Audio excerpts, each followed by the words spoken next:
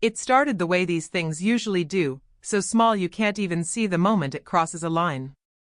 Her sister had just had her second baby, a colicky little boy who cried more than he slept, and her niece was a wild toddler who loved to bounce from sofa to coffee table when no one was looking. She loved them both. She'd always loved kids, really, the way they asked honest questions, the way their sticky hands reached for hers like she was the whole world. So when her sister called that first Saturday morning, her voice soft with exhaustion, asking if she could just watch them for a few hours, she didn't even hesitate. She canceled her brunch plans, grabbed a bag of snacks and crayons, and let herself in through the squeaky screen door. The living room was a disaster, toys scattered everywhere, baby bottles stacked in the sink. Her sister thanked her half-heartedly and fled with a kiss on the cheek, mumbling about needing just a break. She stayed all day. She fed them, changed them, folded a load of laundry when the baby finally drifted off to sleep on her shoulder. When her sister came home 8 hours later, eyes bright, shopping bags in hand, she barely noticed how late it was, how much time had slipped by. She'd always been the dependable one. The helper. The one who didn't complain. At first, she told herself it was nothing. Family helps family, right? Her sister was tired, overwhelmed, her husband working late shifts at the warehouse. The second time, she didn't even ask for gas money when she drove across town after work to watch the kids so her sister could have a date night. She ordered pizza for the kids when there was nothing in the fridge, paid for it with her own card, and never mentioned it when her sister came home giggling at midnight. It became a routine before she realized it had a name. Weekends first, a few hours here, a whole day there. Then the weeknights started creeping in. Could you pick them up from daycare? Could you keep them overnight while we visit his parents? Could you just stay until the handyman fixes the stove? Every could you was said like she'd be rude to say no, like the kids would suffer if she didn't say yes. And she did love them. She knew which bedtime stories her niece wanted every night, knew how to rock her nephew to sleep when he got fussy. She told herself it was worth it. That it was only for a little while. But a little while turned into missed dinner dates with friends she'd drifted from. Overtime shifts at work she had to turn down because she was always on call in the background of her sister's life. She'd plan weekends away, a day trip to the mountains, a concert ticket she'd saved for, and the day before, her sister would call with a sniffle in her voice. You wouldn't let your own niece and nephew stay with a stranger, would you? She'd swallow her disappointment and say yes. Every time. The worst part wasn't the time or the money. It was how invisible it all felt. Her sister's thank yous grew shorter, more careless. Sometimes there wasn't even a thank you at all, just a wave of the hand as she dashed out the door, keys in one hand, makeup bag in the other. It was just expected now, like she owed it to them. Sometimes, after the kids were tucked in and the house was silent, she'd sit on the edge of the worn couch, staring at the clock, her phone buzzing with photos of her sister at restaurants, concerts, parties she'd never been invited to. She'd wonder when she'd started feeling less like an aunt and more like unpaid staff. But the guilt always pulled her back, guilt she never asked for but carried anyway. She didn't know it yet, but that guilt was going to become something else. Something sharper.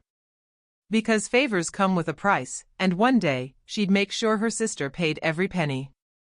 It was a Wednesday night when the resentment finally started to take shape, not with shouting or a slammed door, but with the smallest betrayal spoken in a careless whisper she wasn't meant to hear. She'd shown up at her sister's house after work, hair still damp from the rain, clutching a grocery bag full of snacks because the pantry was always empty when she arrived. Her sister was already dressed up for the night, hair curled, eyes lined just so, a silky top that probably cost more than her own monthly grocery budget. The kids were glued to the TV, half-finished bowls of cereal in their laps even though it was dinner time. You're a lifesaver, her sister cooed, leaning in for an air kiss that never quite landed. We'll only be out a few hours, I promise. Then she grabbed her purse and swept out the door, the front latch clacking behind her like an afterthought. She didn't mind the kids. They were sweet, in the honest way kids always are when they know you'll listen. They talked about school and monsters under the bed, asked if she'd stay the night because they liked when she was there in the morning, making pancakes from scratch because no one else did. She tucked them in, cleaned the kitchen because she couldn't stand the sticky counters, and sat on the worn sofa waiting for her sister to come home. 11 came and went. Midnight. 12:30. She kept checking her phone, scrolling through messages she didn't want to see. Old friends posting stories from a birthday dinner she'd planned to go to before her sister called crying about needing just this once help. She watched the clock tick past 1 in the morning. When the front door finally opened, she braced herself for the usual slurred thank you, the kiss blown from across the hallway, the excuses about traffic or last-minute drinks. But her sister didn't see her right away. She was standing in the hallway, giggling with her best friend, the same best friend who'd once sworn she'd never have kids because they ruin your freedom. They were tipsy, leaning against each other, high heels dangling from their hands, cell phones glowing with selfies from wherever they'd been. Seriously, you're so lucky, her sister's friend laughed, pushing her lightly on the shoulder. Free babysitting whenever you want? I'd kill for that. I can't even get my mom to watch the baby for an hour. Her sister snorted, a smug, careless sound that made something inside her chest go cold. I know, right? She's too nice to say no. Always has been. It's like built-in daycare. I swear, I'd never pay for a sitter again. She hadn't meant to eavesdrop, but the words felt like a slap anyway. She wasn't family in that sentence. She was a free service, a joke they laughed about over cocktails and new shoes. Her sister spotted her then, frozen in the hallway like a piece of furniture no one bothered to dust. The smile faltered just a moment. Oh. You're still here. Thank you so much, you're the best. Let me get you some cash next time, okay? She didn't answer. Just grabbed her coat, ignored the half-hearted hug, and slipped out into the cold night. The air bit at her cheeks, but she welcomed it. Anything was better than the staleness of that house, the way it swallowed up her time, her weekends, her future, piece by unpaid piece. When she got home, she sat on her bed, a phone in hand, staring at her banking app. She did the math in her head, the hours she'd spent, the nights she'd given up, the jobs she'd turned down because her sister needed her more. She wondered how much she'd given away. How much she'd let slip through her fingers without a word. She'd always told herself she was helping. That family meant sacrifice. But maybe family was supposed to care enough to not treat her like the backup plan for every problem. The next morning, she made a pot of coffee and pulled out an old notebook. She'd never liked confrontation, but she was good with numbers. And numbers, she decided, were about to become her sharpest weapon. She sat cross-legged on her bed that Saturday morning, the old notebook open on her lap like a patient that needed stitching back together. The pages were creased from years of grocery lists and meal plans, corners torn where she'd scribbled reminders to herself, bring the kids their favorite juice boxes, don't forget extra diapers, swing by the pharmacy when her sister forgot. This time, she opened to a clean page. At the top, she wrote the date she'd first stepped in for a few hours, the day she'd canceled her brunch plans without blinking. Then she started counting. At first, it was almost laughable. She couldn't remember every exact day, but the big ones were burned into her memory. The week she'd stayed every night because the baby had an ear infection and her sister had needed rest. The weekend she'd missed her best friend's engagement party because her sister had a chance to get away for once. The 4th of July she'd spent sitting on the porch with the kids asleep inside while her sister posted pictures from the beach. She flipped back and forth through her calendar app, finding the text messages that said just one more time, please in the same syrupy tone every single time.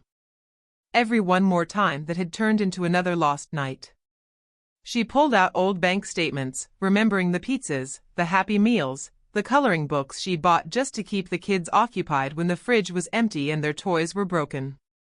It was like looking at her own life under a microscope, each small favor that had once made her feel needed, now nothing but proof of how easily her sister had taken advantage of her guilt. She made columns. Hours worked.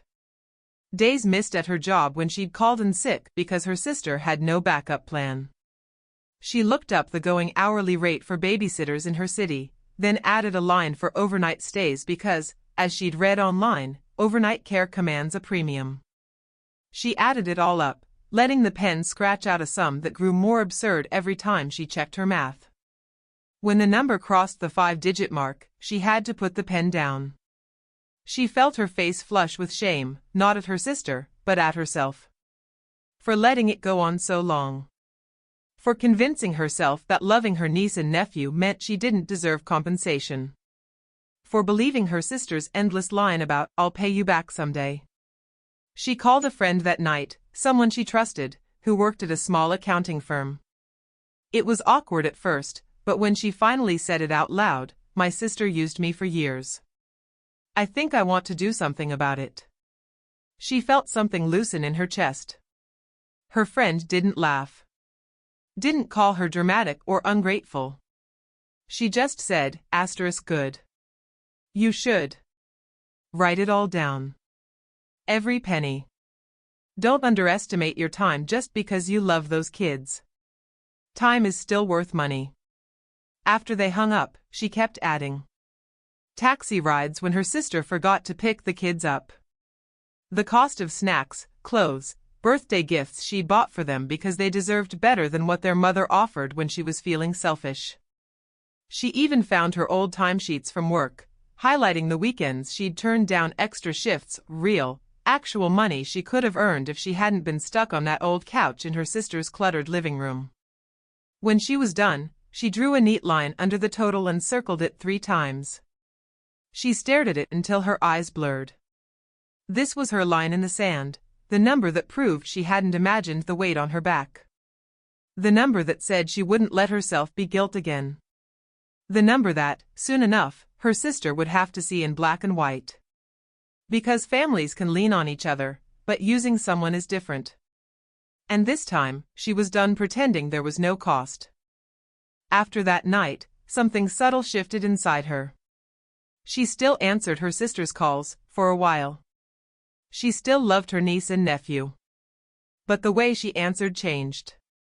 She stopped jumping every time her phone buzzed at midnight with another "I need you" text. She stopped canceling her own life just because her sister's plans had gone sideways again. At first, her sister didn't notice. She'd grown used to the easy yes, the silent agreement that her older sister would always be waiting to pick up the slack. So when she started hearing a gentle but firm, "No, I can't tonight," she laughed it off. "Come on, you're not busy. The kids love you." But she was busy. She made herself busy. She said yes to the overtime shift at work that paid time and a half instead of staying stuck in someone else's mess. She signed up for a painting class on Thursday nights, something small, but something just hers. She even took an overnight trip out of town, booking a tiny rental on a lake where her phone barely got a signal. She left her sister's desperate texts on read for the first time in years. Each no felt like sandpaper at first, rough and unnatural, leaving her raw and shaky. But the more she said it, the smoother it became.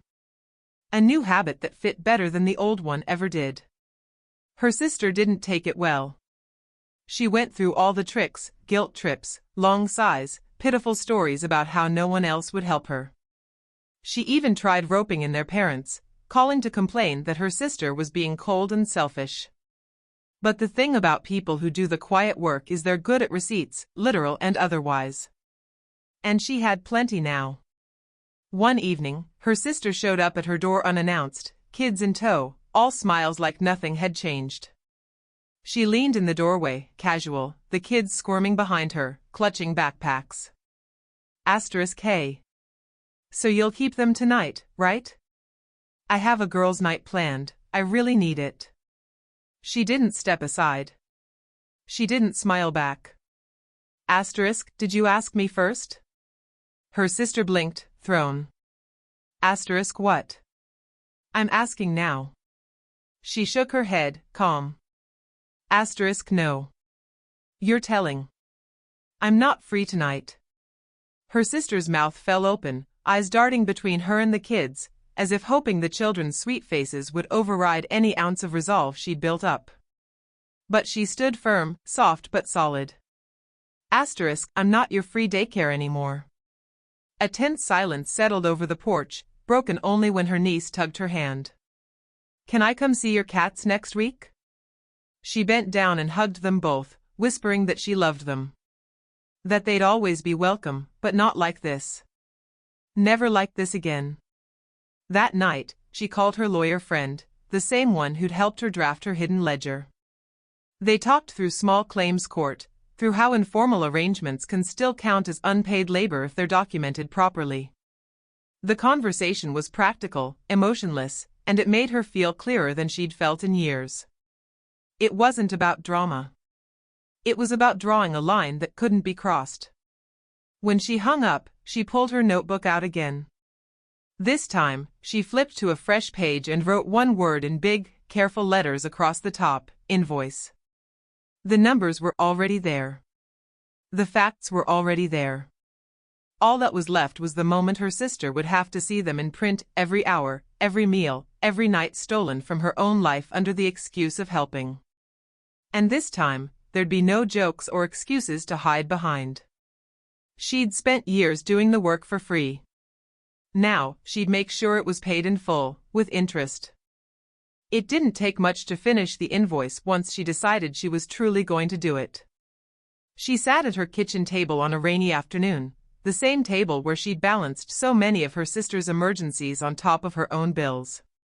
This time, though, the paper belonged entirely to her, her words, her math, her line in the sand. She formatted it like any other freelance job: date ranges, services rendered, hours worked, expenses covered, extra charges for last-minute overnight stays. There was a neat column for interest: the weeks she'd spent canceling paid work, the holidays she'd forfeited without a second thought. She printed it all on thick, clean paper, then slid it into a simple manila envelope. No flourish, no card. Just the facts, black and white. She almost felt calm as she sealed it shut. No part of her expected her sister to pay without a fight. That wasn't the point. The point was to make her look at it. To strip away the fake "it's family" excuses and force her to see what she'd been calling help all these years. The chance came sooner than she'd planned. A week later, her sister called, sugary sweet, asking her to watch the kids for a weekend. Some girls' trip out of town, just a quick recharge, she said, like the kids were an old coat she could leave at the dry cleaner. This time, her sister didn't even bother pretending it was an emergency. She laughed, her voice bubbling over the phone like they were still teenagers planning sleepovers. You love them so much, her sister said. You're the best aunt ever. I know I can always count on you. She told her sister to swing by her apartment that night, that she had something ready for her. Her sister didn't even ask what it was. She just chirped, perfect. I'll bring their bags. You're an angel. She buzzed her up. The knock came like it always did, fast, casual, the sound of someone who'd never once questioned that the door would open for her. She answered it with a polite smile. Her niece and nephew peeked out from behind their mother's legs, each clutching a small overnight bag. Her sister barely looked at her face before she started her usual routine, kissing the kids on their heads, rattling off instructions she'd never once written down. Then she spotted the envelope in her hand. Her sister's words faltered. What's that? She knelt down first, hugging the kids, planting a soft kiss on their hair. She whispered, I love you both. I'll see you soon. But Auntie can't watch you tonight, okay? They nodded, a little confused but unfazed. They were used to sudden plan changes, even if they didn't know why. She stood, turning to her sister, her voice calm and light. This is for you. Her sister laughed, a little high-pitched. What is this? Some babysitting plan? She handed over the envelope, folding her hands together so she wouldn't snatch it back out of frustration. Asterisk it's an invoice. For the last 4 years. Hours, meals, overtime, lost wages. Plus interest. Her sister's jaw dropped open, mouth flapping like she might actually spit out the same joke she'd made 100 times, "You're too nice to say no." But this time there was nothing to laugh at. "You're joking," her sister scoffed. Asterisk this is ridiculous. "You're my sister. Family helps family." She tilted her head, all softness gone now. Asterisk family doesn't drain one person dry so they can live for free. Look at the numbers. This is what you owe me. Her sister flipped through the pages, the tidy rows, the dates that matched up with photos on her own social feeds, the line that showed exactly how much she'd cost the sister she loved to brag about at parties. "You're insane. You'd really take your own sister to court over this?" She didn't blink. Asterisk if I have to. Or you can work out a payment plan. It's all there in the letter. Talk to your husband. Figure it out. Her sister tried to argue, but the kids tugged at her coat, restless and tired. She scooped up their bags and turned away, muttering about ungrateful family and how could you do this to me. But this time, she didn't flinch. She didn't offer to help one more time just to keep the peace. When the door closed, she leaned her back against it and exhaled for what felt like the first time in years. They always thought she'd be too nice to send the bill. Turns out, they didn't know her at all. The backlash came quick, like she knew it would. Her sister wasted no time calling everyone in the family, spinning the story into something cruel and petty. Can you believe she wants money? From her own niece and nephew? After everything I've done for her? The words came through secondhand, dripping with manufactured outrage. Her phone buzzed for days, messages from cousins she hadn't seen in years, old aunts who'd always taken her sister's side no matter what. Some were polite, urging her to be the bigger person. Some were sharper, accusing her of being greedy, of putting a price tag on family. But none of them had been there at 2 in the morning when the kids couldn't sleep and she'd sat up for hours so her sister could party a few blocks away. None of them had paid her rent when she turned down overtime to hold her sister's house together. The guilt flared up like it always had, a hot knot in her chest that made her question herself. But this time, she didn't let it settle.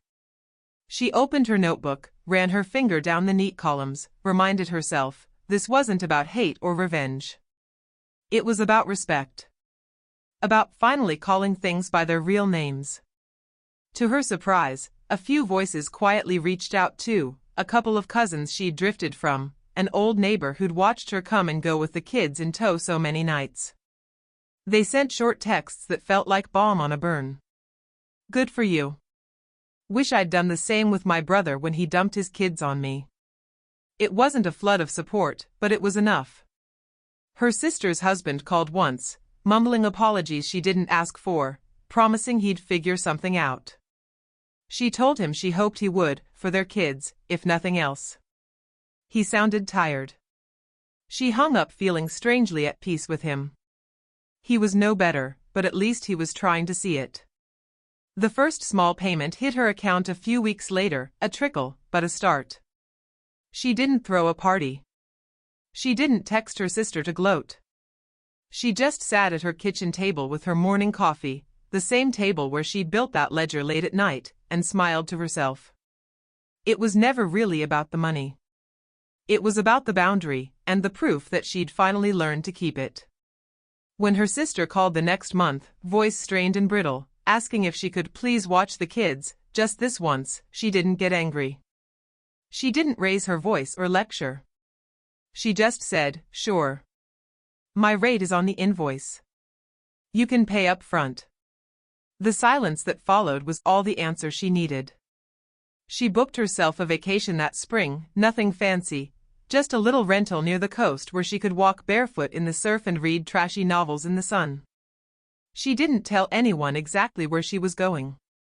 She turned her phone on silent, watched the waves roll in and out, and let herself feel the weight that had been on her shoulders for years drift away with the tide. Back home, she framed a photo of her niece and nephew, the one where they'd fallen asleep on her shoulders years ago, tiny faces soft and trusting. She kept it on her desk as a reminder. She loved them, always would. But loving them didn't mean letting herself be used. Family meant respect, not free labor. And respect was worth every line on that invoice. When she got back from her trip, she tidied her tiny apartment, put her phone on Do Not Disturb, and poured herself a glass of wine. The old guilt flickered at the edges, but it was quieter now, just an echo. She'd drawn her line in black and white. She'd sent the bill. And this time, she'd made them pay.